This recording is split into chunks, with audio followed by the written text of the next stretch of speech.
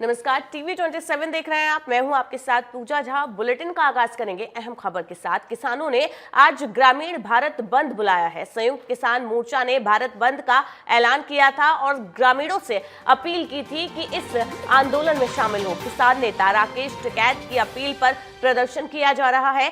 अनाज सब्जी मंडियों को बंद रखने की राकेश टिकैत ने सभी किसानों से अपील की थी। ग्रामीण इलाकों में दुकानें बंद रखने की अपील की गई थी राकेश टिकैत की तरफ से। तो आज किसानों ने ग्रामीण भारत बंद बुलाया है, जिसका मिला जुला असर देखने को मिल रहा है। पूरे भारतवर्ष में अनाज सब्जी मंडियों को बंद रखने की अपील की थी। संयुक्त किसान मोर्चा के सदस्य राकेश टिकैत ने ग्रामीण इलाकों में दुकानें बंद रखने की अपील की थी और इसका मिला जुला असर दिल्ली और यूपी के इलाकों में देखने को मिल रहा है। अनाज सब्जी मंडियों को बंद रखा गया है। किसान नेता राकेश टिकैत की अपील पर यह प्रदर्शन हो रहा है, जहां पर किसान एकजुट होकर अपनी मांगों को लेकर आज फिर से अपनी आवाज सरकार के सामने बुलंद करते हुए नजर आ रहे हैं। ग्रामीण इलाकों में दुकानें बंद रखने का आह्वान किया गया था किसान नेता राकेश टिकैत की तरफ से, जिसका मिला जुला असर भी देखने को मिल रहा है। तमाम ग्रामीण इलाकों में किसान एकजुट होकर प्रदर्शन कर रहे हैं। वहीं दिल्ली के तमाम बॉर्डर सील किए गए हैं। पहले ही वहां पर नाकेबंदी की गई थी और आज भी उन बॉर्डर पर सुरक्षा पहरा कड़ा रखा गया है, ताकि किसान दिल्ली की सीमाओं को पार कर दिल्ली ना पहुंचे। और एक और बड़ी खबर सामने आ रही है। किसान संगठनों के भारत बंद पर अलर्ट हो गई है हरियाणा सरकार। हरियाणा से लेकर नोएडा तक पुलिस अलर्ट है। हरियाणा और नोएडा प्रशासन पूरे तरीके से अलर्ट है। किसानों के आंदोलन को लेकर बंद का ऐलान को देखते हुए प्रशासन पहले से ही तैयार है।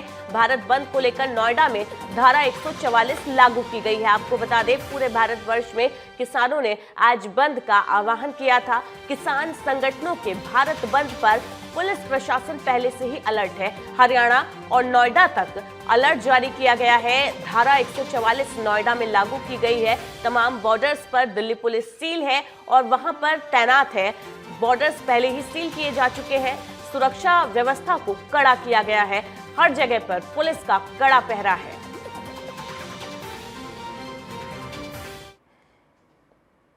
किसान आंदोलन का आज चौथा दिन है। सरकार और किसानों के बीच बातचीत फेल हो गई है। समाधान के लिए रविवार को चौथी बैठक होनी है। किसानों ने आज भारत बंद बुलाया है। खाद्य सामग्री की आपूर्ति बाधित रहेगी। इस दौरान हरियाणा के 7 जिलों में इंटरनेट सेवा पूरी तरह से ठप कर दी गई है।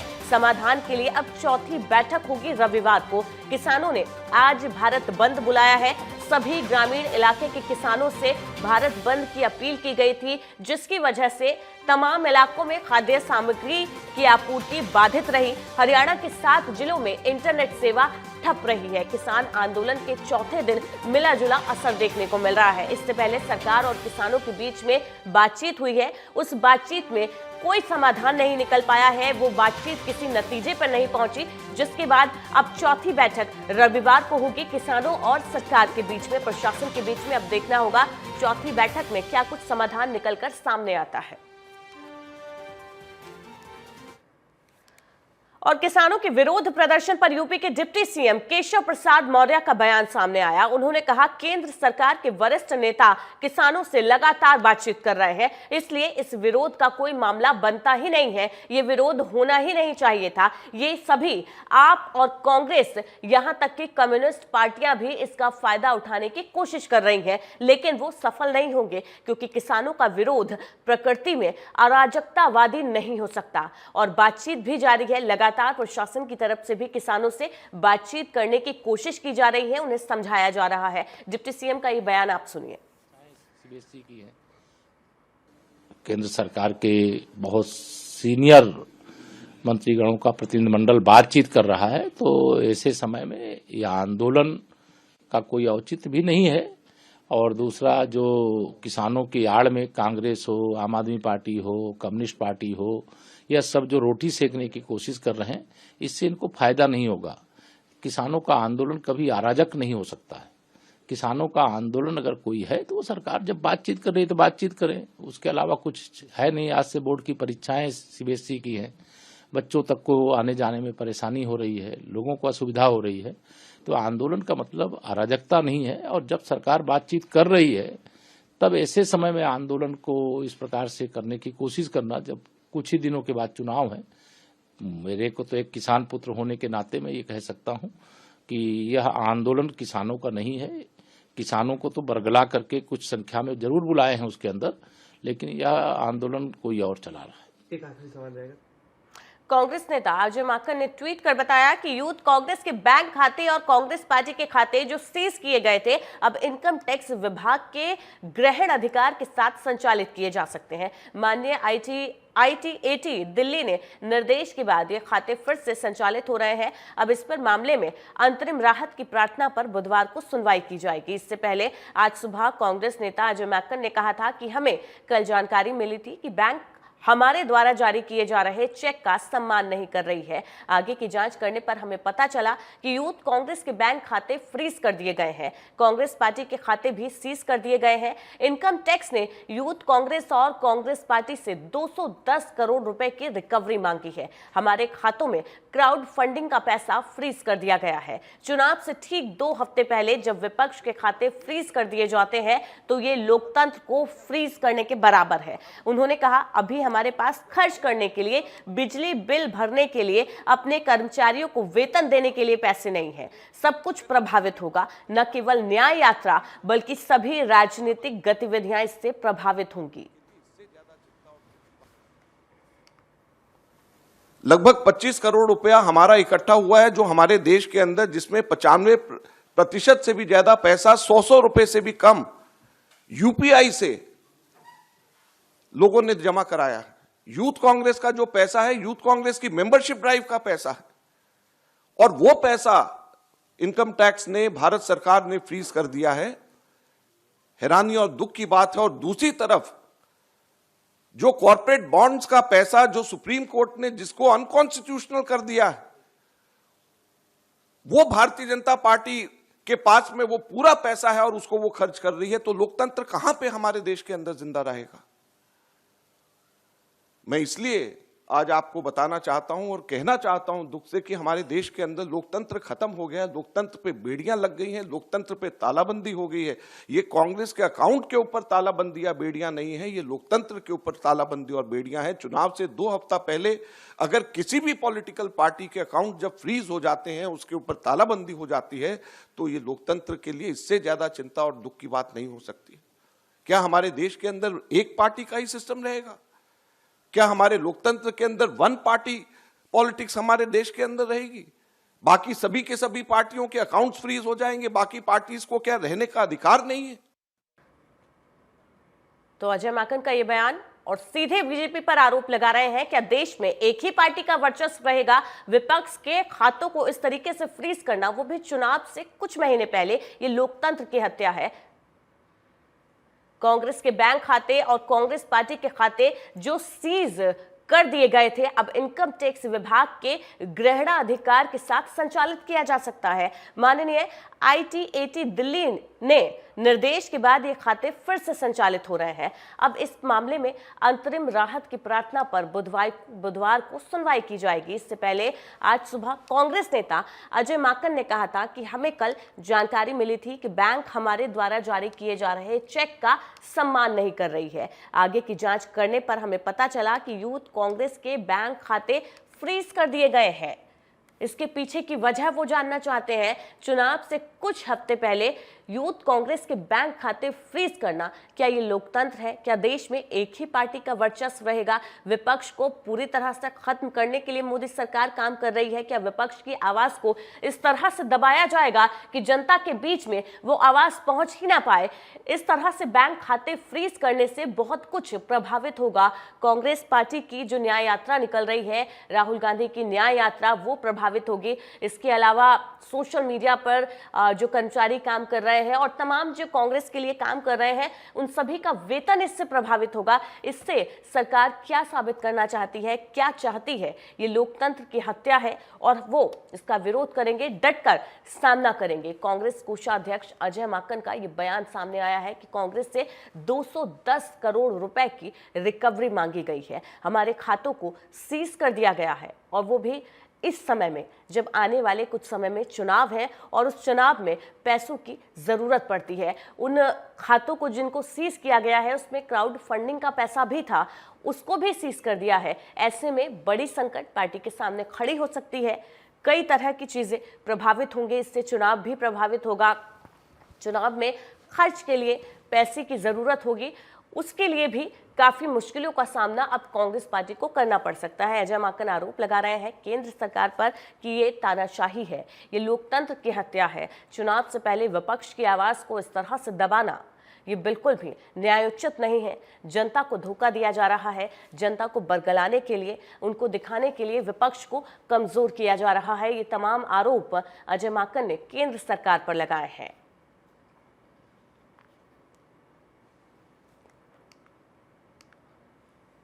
बीजेपी अध्यक्ष वीरेंद्र सचदेवा ने अलीपुर का दौरा किया, जहां एक पेंट फैक्ट्री में आग लगने से 11 लोगों की मौत हो गई। बीजेपी अध्यक्ष वीरेंद्र सचदेवा का ये बयान सामने आया। उन्होंने घायल लोगों की मदद करने की बात कही। कहा कि बीजेपी सभी घायलों को जरूर मदद पहुंचाएगी। मृतकों के परिजनों को 50,000 रुपए तुरंत सहायता दी जाएगी। दिल्ली सरकार और सीएम अरविंद केजरीवाल को इस घटना की पूरी जिम्मेदारी लेनी चाहिए।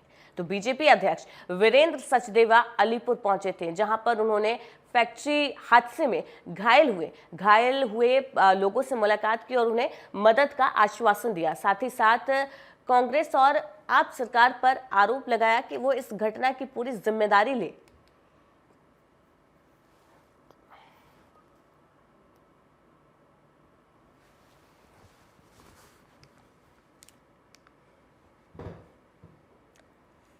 खबर नरेला से है, जहां पर दिल्ली के सीएम अरविंद केजरीवाल ने अलीपुर में उस स्थान का जायजा लिया जहां आग लगी थी, जिसमें 11 लोगों की मौत हो गई थी, 4 घायल थे।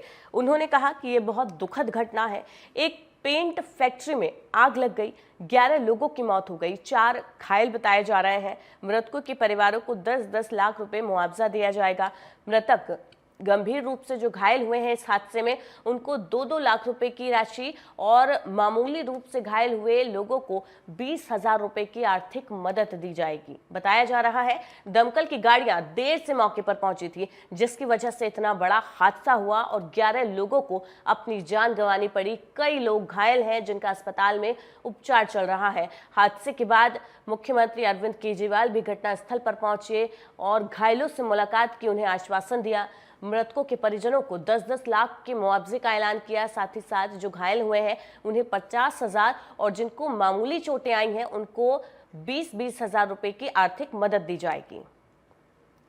कल यहाँ पे शाम को रात को जो आग लगी है, ये बड़े दुख की बात है। बता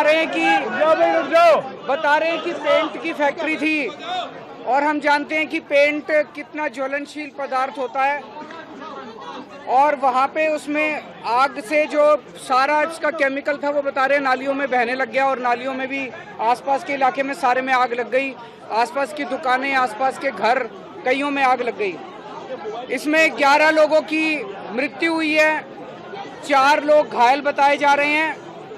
जिन लोगों की मृत्यु हुई है, हर एक के परिवार को हम लोगों की संवेदना है और हर एक के परिवार को 10-10 लाख रुपए की मुआवजा राशि दी जाएगी। किसी की भी मौत की कीमत नहीं लगाई जा सकती, लेकिन अपनी तरफ से हम जो मदद कर सकते हैं हम करेंगे।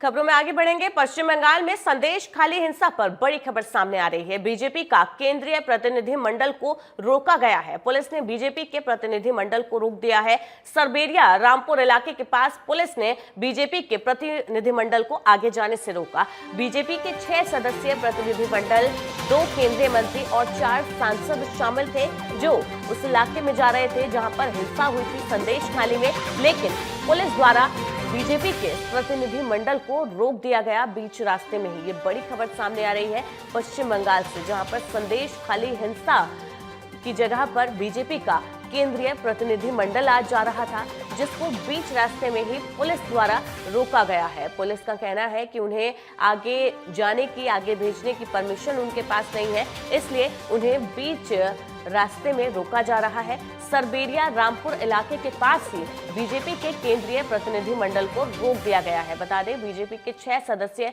प्रतिनिधि मंडल में 2 केंद्रीय मंत्री और 4 सांसद शामिल थे, जो संदेश खाली आज जा रहे थे, जहां पर हिंसा हुई थी। आपको बता दें, संदेश खाली में कुछ दिन पहले हिंसा हुई थी। टीएमसी नेता पर हिंसा का आरोप लगा था कि वहां पर टीएमसी नेता का वर्चस्व है। ईडी की टीम वहां पर कार्रवाई के लिए पहुंची थी, जिसके बाद टीएमसी नेता के समर्थकों ने पुलिस पर और टीम पर पथराव किया था और इसके बाद वहां पर जमकर हिंसा की गई थी, जिसके बाद बीजेपी का केंद्रीय प्रतिनिधिमंडल आज हिंसा वाली जगह पर जाने वाला था, लेकिन सरबेरिया इलाके के पास ही बीजेपी के प्रतिनिधि मंडल को पुलिस द्वारा रोक दिया गया है। तो पश्चिम बंगाल से बड़ी खबर सामने आ रही है, जहां पर बीजेपी के केंद्रीय प्रतिनिधि मंडल को पुलिस ने संदेश खाली जाने से रोक दिया है। पश्चिम बंगाल के संदेश खाली में जमकर हिंसा हुई थी, जहां पर आज बीजेपी का केंद्रीय प्रतिनिधि मंडल जाने वाला था और पीड़ितों से मुलाकात करने वाला था, लेकिन सरबेरिया रामपुर इलाके के पास ही पुलिस ने बीजेपी के केंद्रीय प्रतिनिधि मंडल को रोक दिया और कहा कि उन्हें आगे जाने की परमिशन नहीं है। बीजेपी के 6 सदस्यीय प्रतिनिधि मंडल में 2 केंद्रीय मंत्री और 4 सांसद शामिल हैं, जिनको पुलिस ने संदेश खाली जाने से रोक दिया है।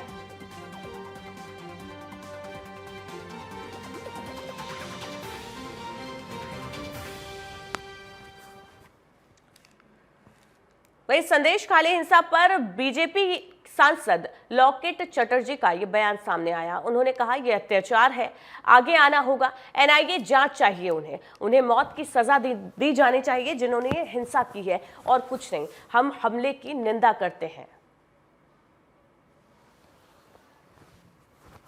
तो बीजेपी सांसद लॉकेट चटर्जी का ये बयान सामने आया है। उन्होंने हिंसा की जांच की मांग की है और कहा है, जो इस हिंसा के पीछे शामिल हैं, जिन्होंने ये पूरी साजिश की है, उन्हें मौत की सजा होनी चाहिए। संदेश खाली हिंसा की एनआईए जांच होनी चाहिए। तो बीजेपी नेता लॉकेट चटर्जी ने इस पूरी हिंसा की एनआईए जांच की मांग की है और इस हमले की निंदा की है।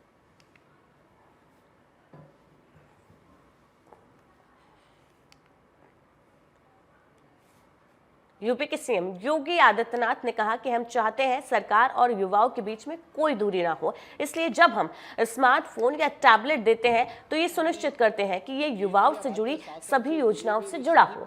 केंद्र सरकार या राज्य सरकार हम तकनीकी ज्ञान, व्यावसायिक ज्ञान के साथ साथ प्रशासनिक योजनाओं के बारे में जानकारी देते हैं, ताकि युवा राज्य के बाहर नौकरी की तलाश ना करें। हम चाहते हैं सरकार और युवाओं के बीच में जो दूरी है, जो गैप पिछले कई सालों से बना हुआ था, वो हम कम करने की कोशिश कर रहे हैं। साथ ही साथ पलायन रोकने के लिए भी ये एक बेहतर प्रयास है। युवा राज्य के बाहर नौकरी ना तलाशे, बल्कि हम राज्य में ही इतना डेवलपमेंट लेकर आ रहे हैं, तकनीक लेकर आ रहे हैं कि युवाओं को यहीं पर अच्छा और बेहतर रोजगार मिले, जिसकी वजह से युवाओं को बाहर ना जाना पड़े।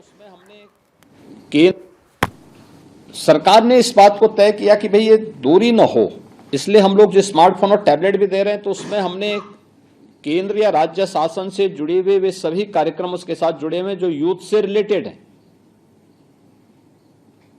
उनसे जुड़े हुए कार्यक्रम। तीसरा, यहां पे टेक्निकल एजुकेशन हो, वोकेशनल एजुकेशन हो, इन सबको इस बारे में भी कहा गया कि भाई, या हमारा जो औद्योगिक विकास का विभाग है, कि हमारे पास गत वर्ष जो यहाँ पे इन्वेस्टमेंट का हम लोगों ने यहाँ पे आयोजन किया था, सरकार ने इस बात को तय किया कि भाई ये दूरी न हो, इसलिए हम लोग जो स्मार्टफोन और टैबलेट भी दे रहे हैं, तो उसमें हमने केंद्र या राज्य। खबर उन्नाव से है, जहां पर एक मुस्लिम महिला को उसके पति ने फोन पर तलाक दे दिया। महिला का आरोप है कि उसका पति उससे घर से पैसे लाने की मांग कर रहा था, जिसको लेकर महिला घर आ गई थी। इसके बाद पति ने उससे फोन पर 3 बार तलाक बोलकर फोन काट दिया। पीड़ित महिला ने बांगरमऊ पुलिस से शिकायत कर मुकदमा दर्ज कराया है। एडिशनल एसपी ने बताया कि महिला की तहरीर पर सुसंगत धाराओं में मुकदमा दर्ज कर कार्रवाई की जा रही है। तो यूपी के उन्नाव से बड़ी खबर सामने आई है, जहां पर पति ने अपनी पत्नी को 3 तलाक दे दिया, वो भी फोन पर। फिलहाल आरोपी के खिलाफ तहरीर के आधार पर सुसंगत धाराओं में मुकदमा दर्ज कर पुलिस ने आगे की कार्रवाई भी शुरू कर दी है।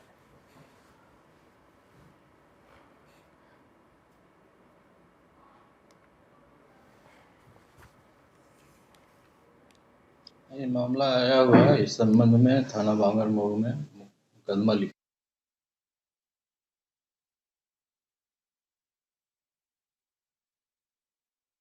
ये मामला आया हुआ है, इस संबंध में थाना बांगर मोड़ में मुकदमा लिखा। ये मामला आया हुआ है, इस संबंध में थाना बांगर मोड़ में मुकदमा लिखा।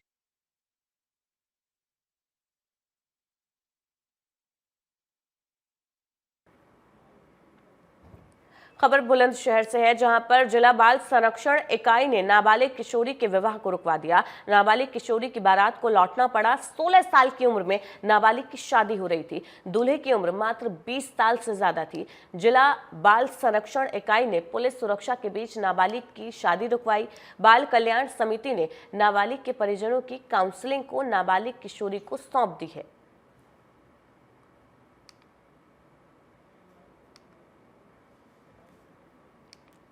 खबर मेरठ से है, जहां पर फेयरवेल पार्टी के बहाने सड़क पर छात्रों ने हुड़दंग किया।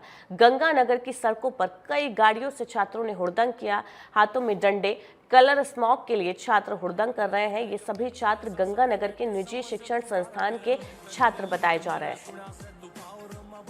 तो मेरठ में सड़कों पर छात्रों का हुड़दंग देखने को मिला। कलर स्मॉग लेकर छात्रों ने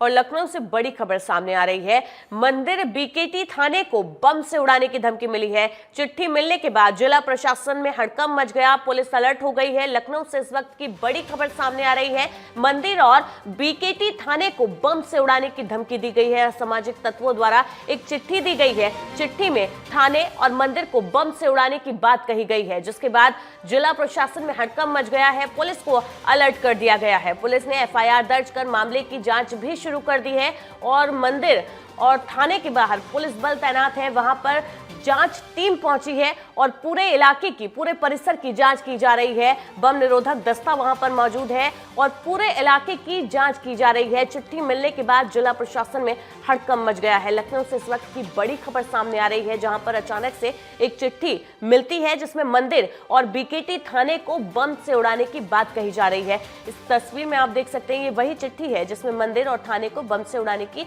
बात लिखी गई है।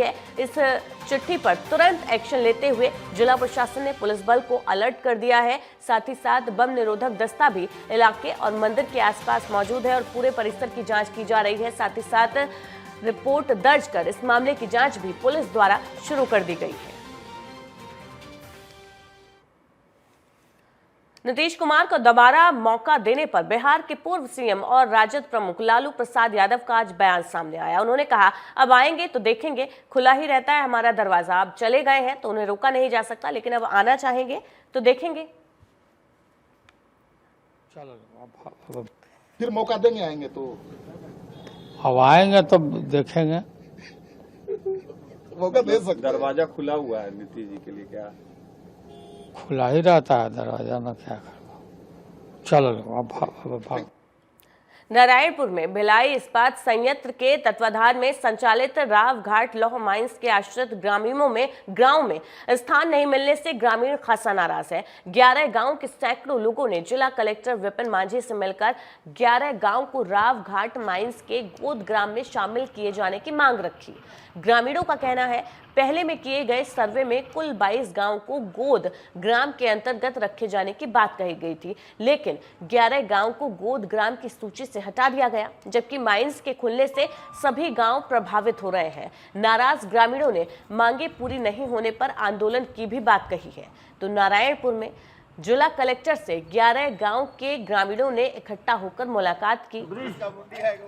आप ऐसा खड़े हो ना भाई।